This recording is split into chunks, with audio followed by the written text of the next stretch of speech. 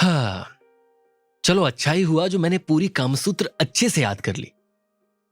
आज वो सभी चीजें बहुत काम आने वाली हैं। शारीरिक संबंध चीज ही कुछ ऐसी होती है। इंसान और जानवर में यही तो फर्क है। जानवर इंटरकोर्स या यौन संबंध सिर्फ शारीरिक सुख के लिए बनाता है, लेकिन एक इंसान के लिए ये सब चीजें शारीरिक संबंध से ज्यादा होती हैं। दो इंसान जब एक दूसरे के करीब आते हैं तो सिर्फ तन का नहीं, मन का भी रिश्ता बनाते हैं। जानवर इंटरकोर्स सिर्फ अपनी तादाद बढ़ाने के लिए करता है, लेकिन एक इंसान को आत्मा का मिलन करके चरम सुख और आनंद की प्राप्ति होती है।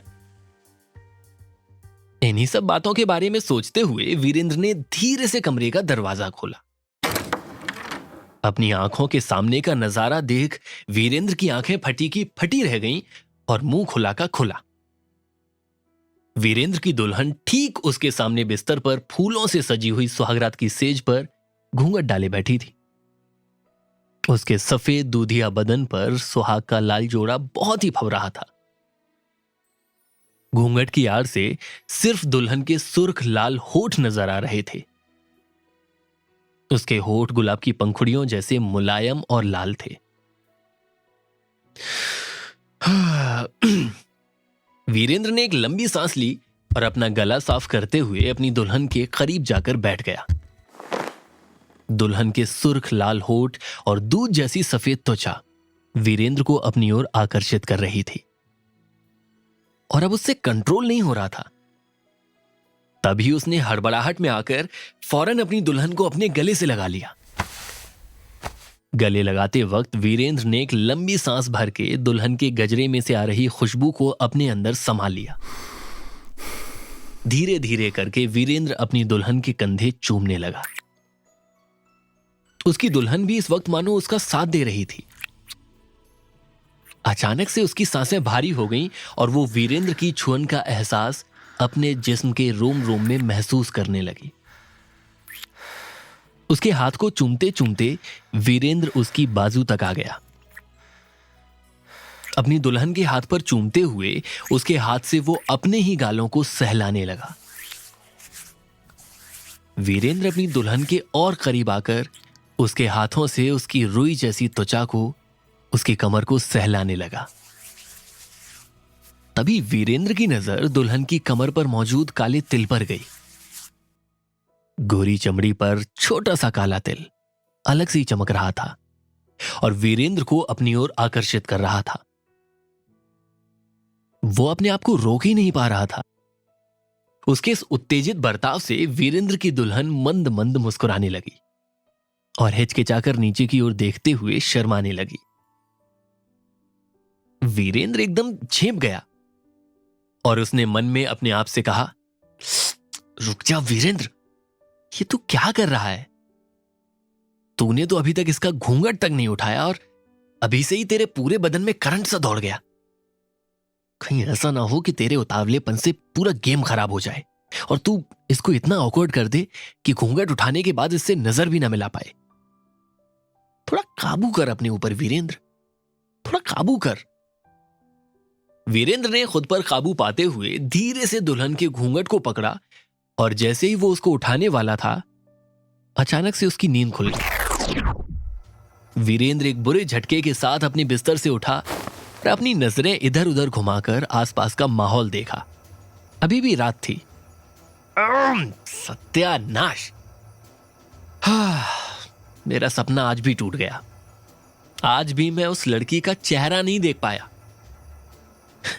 ये हर बार उसका घूंघट उठाने से पहले ही भला मेरी नींद मुझे क्यों धोखा दे जाती है? मेरी तो किस्मत ही खराब है, वीरेंद्र ने गुस्से में कहा। हमेशा की तरह खुद को लंगड़ा आश्रम के एक छोटे से कमरे में पाकर वीरेंद्र का मूड खराब हो चुका था। लंगड़ा आश्रम में वीरेंद्र एक सन्यासी का जीवन जी रहा था, लेकिन वो सन्यासी अपनी मर्जी से नहीं बना था। 20 साल पहले लंगड़ा आश्रम के मालिक जगत गुरु लावारिस वीरेंद्र को जंगल से उठाकर इस आश्रम में लाए थे। इसके बाद जगत गुरु ने उसे पाल पोस कर बड़ा किया। पास के ही गांव में उसकी पढ़ाई लिखाई करवाई और कुछ दिन पहले जगत गुरु के गुजर जाने के बाद वीरेंद्र को विरासत में उनका यह आश्रम मिल गया। जगत गुरु एक पैर से लंगड़े थे, इसीलिए उनके नाम पर हिमालय के एक पहाड़ का नाम लंगड़ा पहाड़ रख दिया गया था। और उसी नाम पर उनके आश्रम का नाम भी तब से लंगड़ा आश्रम पड़ गया। ये मेरे साथ ऐसा क्यों हो रहा है? मैं एक सन्यासी नहीं बनना चाहता, मैं एक संसारी आदमी बनना चाहता हूं। मैं भी एक संसारी आदमी की तरह शादी करना चाहता हूं, बच्चे पैदा करना चाहता हूं और अपनी मनमर्जी का काम करना चाहता हूं। मुझे ये सादा जीवन अब और नहीं जीना। मुझे भी अपना परिवार चाहिए और परिवार का सुख चाहिए। वीरेंद्र चिल्ला चिल्लाकर आश्रम की दीवारों से अपनी दिली तमन्ना बयान करने लगा। तभी अचानक आश्रम के हॉल में लगी एक बड़ी सी सांप वाली मूर्ति में से फुफकारने की आवाज सुनाई देने लगी। वीरेंद्र एकदम से चौंक गया और इधर उधर देखने लगा। ऐसा लगा जैसे मानो उसको सांप सूंघ गया हो। उसका शरीर ठंडा पड़ गया और वो चौकन्ना हो गया। आज तूने सच्चे मन से कोई चीज मांगी है। अचानक तभी उसे एक इंसान की आवाज सुनाई पड़ी। वीरेंद्र के पैरों तले जमीन खिसक गई और वो आश्रम के चारों ओर देखने लगा। कौन है यहां पर? वीरेंद्र ने चिल्लाकर पूछा। जो तू चाहता है वो तुझे मिल जाएगा, लेकिन कर्म के बिना फल नहीं मिलता। कुछ पाने के लिए तुझे भी कुछ करना पड़ेगा। फिर से अचानक वीरेंद्र को वही आवाज सुनाई दी, लेकिन आसपास कोई भी दिखाई नहीं दे रहा था। वीरेंद्र एकदम से हैरान था। कौन हो तुम और मेरे सामने क्यों नहीं आते? कहां छुपे हुए हो तुम? उसने जोर से दोबारा पूछा। फिर परेशान होकर अपने आप से कहा, किसकी आवाज हो सकती है ये?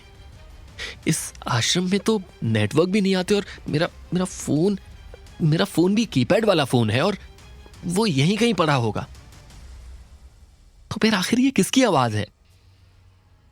तभी अचानक आश्रम में लगी हुई नागराज की मूर्ति में बने हुए सांप के फन हिलने लगे। ये देखकर वीरेंद्र एकदम से दंग रह गया। घबरा मत और मेरी बात को गौर से सुन। जो तुझे चाहिए वो मैं तुझे दे सकता हूं, लेकिन उसके बदले तुझे भी मेरे लिए कुछ करना पड़ेगा। सांप की हिलती हुई मूर्ति ने कहा। वीरेंद्र को अपनी आंखों पर विश्वास नहीं हो रहा था। अपनी जिंदगी में आज तक उसने अपने सामने कभी भी ऐसी घटना होते हुए नहीं देखी थी। बचपन से आज तक जो मूर्ति उसके सामने कभी हिली डुली भी नहीं, आज वो साक्षात उससे बात कर रही थी। वीरेंद्र ने हिम्मत जुटाई और हाथ जोड़कर उस मूर्ति के करीब आ गया। कौन हो तुम और क्या चाहते हो मुझसे? और तुम मेरी मनोकामना कैसे पूरी कर सकते हो? इस बात से फर्क नहीं पड़ता कि मैं कौन हूं, लेकिन एक चीज जरूर है, मैं वो हूं जो तेरी मुराद पूरी कर सकता है। लेकिन सन्यासी से संसारी आदमी बनने के लिए तुझे मेरे आगे 10 लाख रुपए की भेंट चढ़ानी होगी। लेकिन एक बात याद रहे, ये भेंट सिर्फ और सिर्फ आश्रम के द्वारा ही कमाई जानी चाहिए। उसके अलावा तुझे 10,000 पुण्य भी कमाने होंगे अच्छा काम करके। क्या 10 लाख रुपए? वीरेंद्र ने एकदम चौंक कर कहा। लेकिन मैं इतने सारे पैसे कहां से लेकर आऊंगा और आश्रम की कमाई कैसे हो पाएगी? इस आश्रम की तो हालत भी बहुत खराब हो रखी है। अगर मैं कहीं मेहनत मजदूरी भी करूं तब भी इतने पैसे जमा करते करते मेरी पूरी उम्र निकल जाएगी। मूर्ति के सामने हैरानी से वीरेंद्र बोला। तभी मूर्ति ने उसे जवाब दिया।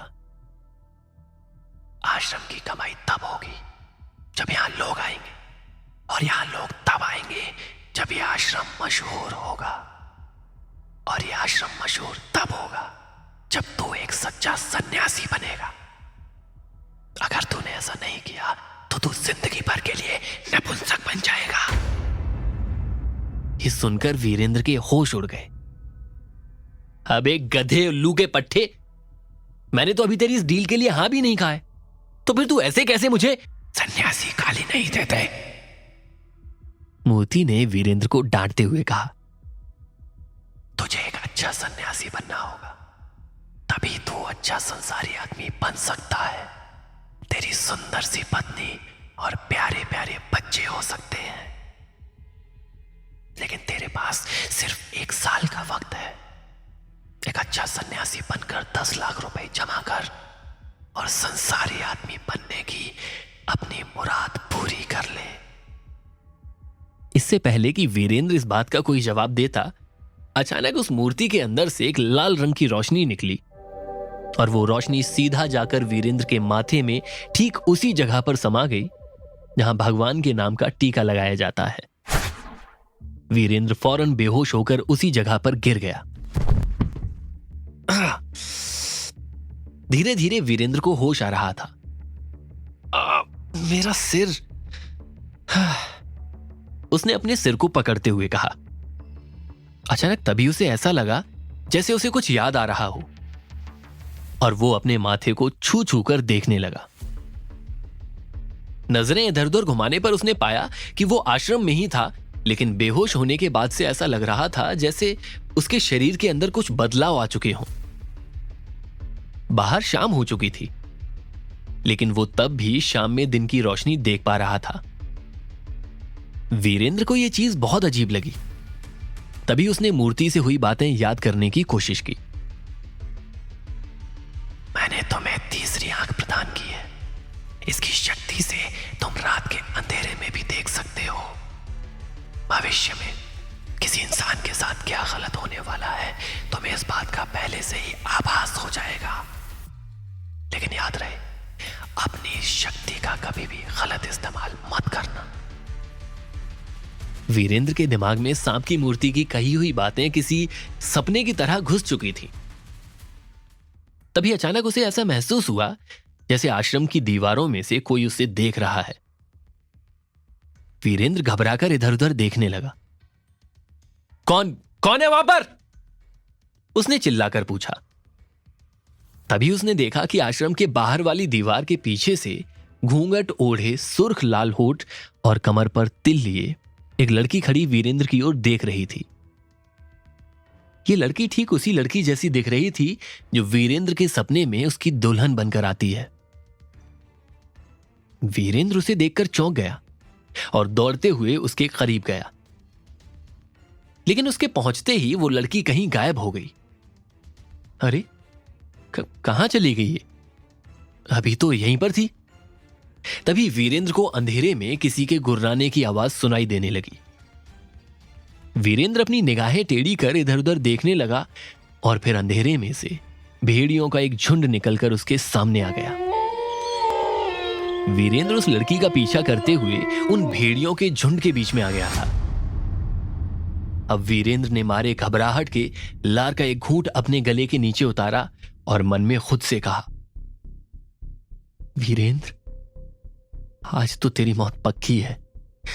ये भेड़ियों का झुंड तुझे चीर फाड़ कर सेकंड में निगल लेगा और खाने के बाद डकार भी नहीं लेगा। तभी वीरेंद्र को एहसास हुआ कि उसके पीछे कोई है। फौरन पलटकर देखने पर उसने पाया कि वहां पर एक जख्मी और घायल भेड़िया खड़ा था, जो कि वीरेंद्र के पीछे छिपने की कोशिश कर रहा था। तभी वीरेंद्र ने पलटकर बाकी भेड़ियों को देखा। वो सभी भेड़िए उस घायल भेड़िए को गुस्से से देख रहे थे। अच्छा, अब समझ में आया, ये पूरी गैंग मेरे नहीं बल्कि इस घायल भेड़िए के पीछे पड़ी है। उस घायल भेड़िए के मुंह से खून टपक रहा था, जिसकी वजह से उसके होठ एकदम सुर्ख लाल हो रहे थे, ठीक उसी लड़की की तरह जो वीरेंद्र के सपने में दुल्हन बनकर आती है। तभी भेड़ियों का गैंग गुर्रा कर वीरेंद्र को उस घायल भेड़िए के सामने से हटने के लिए कहने लगा। भेड़ियों की बातें समझ पाने से वीरेंद्र और भी चौंक गया।